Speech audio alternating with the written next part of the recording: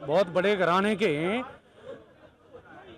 उनके मुंह से क्या निकल रहा है और वो क्या कहना चाहते हैं ये खुद नहीं समझ पाते वो।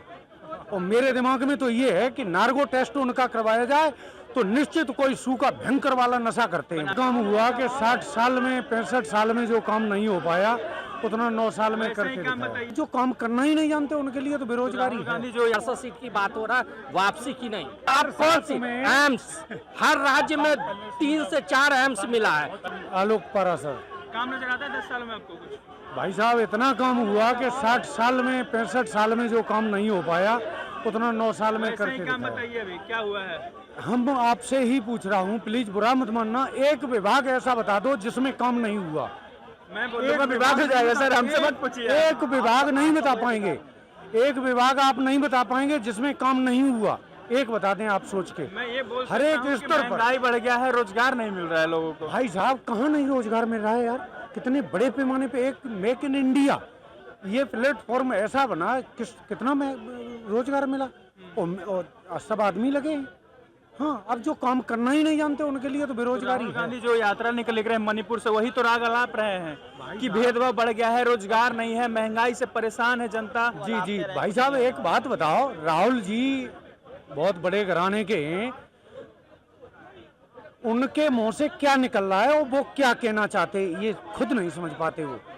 और मेरे दिमाग में तो ये है कि नार्को टेस्ट उनका करवाया जाए तो निश्चित कोई सूखा भयंकर वाला नशा करते हैं। बनारस में नशेड़ी कहा था लोगों को, उसके बाद मोदी जी ने गया रैली करके बोला कि कांग्रेस की युवराज ने बनारस की युवाओं को नशेड़ी कहा है। भाई साहब वही तो मैं कह रहा हूँ कि राहुल जी कोई सूखे नशा से ग्रसित हैं, जो उन्हें पता नहीं कि क्या मेरे मुंह से निकलता है। स्टोव में कोयला डालना, सांसद भवन में पप्पी जप्पी, यार इतनी, हाँ आलू से सोना निकालना, बाद में पछताते भी हैं कि गलत निकल गया। तो उनके मानसिक संतुलन ठीक नहीं है, वो क्या कर रहे उसका कोई मायना नहीं है। न देश की आम पब्लिक कोई परिवर्तित हो सकती है उस उनकी यात्रा से, रैली से, उनकी यात्राओं से कोई जी कोई मतलब नहीं। एक गठबंधन बना है कि अखिलेश यादव और राहुल गांधी का 63 और 17 वाला रेशियो है। ये असफल प्रयास हैं विपक्ष के, पहले ही असफल कहते रहे, असफल प्रयास है। ये पहले ही असफल बता नहीं सही बोले हैं। 2017 में भी गठबंधन हुआ था, यूपी के 2 लड़के, तो फिर क्या हुआ? यूपी के 2 लड़के, क्या हो गया? कुछ नहीं बदला। भाई जो आपका नीति सही है, नीयत सही है, तो जनता आपके साथ रहेगा ही। आपको क्या नीति सही लगता है? बिल्कुल सही है, उसमें उंगली उठाने वाले कोई बात ही नहीं है। वापसी 100% होगा। यहाँ 400 सीट की बात हो रहा है, वापसी की नहीं। 400 सीट की बात हो रही है, क्यों हो रही है 400 सीट की बात?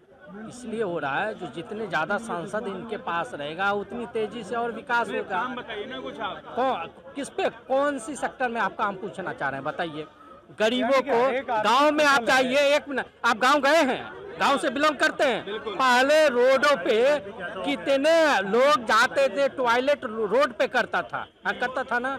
अब हर गांव में हर व्यक्ति को टॉयलेट बना, 12,000 रुपया दिया, शौचालय बना कि नहीं बना? अभी गांव के रोड साफ सुथरा है कि नहीं है? हाँ, बदलाव हुआ। एक बदलाव ग्रामीण जीवन से हम लेते हैं, शहरी जीवन को छोड़िए। दूसरी बदलाव, गरीबों को इंदिरा आवास योजना, प्रधानमंत्री आवास योजना मिला, सबको मिल रहा है। 80 करोड़ आबादी को फ्री में 5 किलो अनाज मिल रहा है। वो तो बोलते हैं कि भिखारी बना दिया देश को। छोड़िए ना, भिखारी बना दिया। तो ये योजना लागू तो कांग्रेस ही किया हुआ था पहले, कांग्रेस के रीजन में भी तो मिलता था। तो ये जन वितरण प्रणाली आज तो नहीं बना है, ये देश आजादी से पहले से ही है। मतलब आजाद होने के बाद नहीं, आजादी से पहले से ही है, जिसको कि खैरात बोला जाता था, जो गरीबों को काम पे ही। तो ये काम नहीं है। आप देखिए हर राज्य में कम से कम 2 या 3 एयरपोर्ट बना है, हर राज्य में। तो 9 बनाने का 2 साल में वादा किए हैं और बना भी है ना। जेवर एयरपोर्ट बन रहा है कि नहीं? कुशीनगर बना है कि नहीं बना है? ये आपको इनके ये क्या बोलते हैं, गोरखपुर में बना है कि नहीं बना है?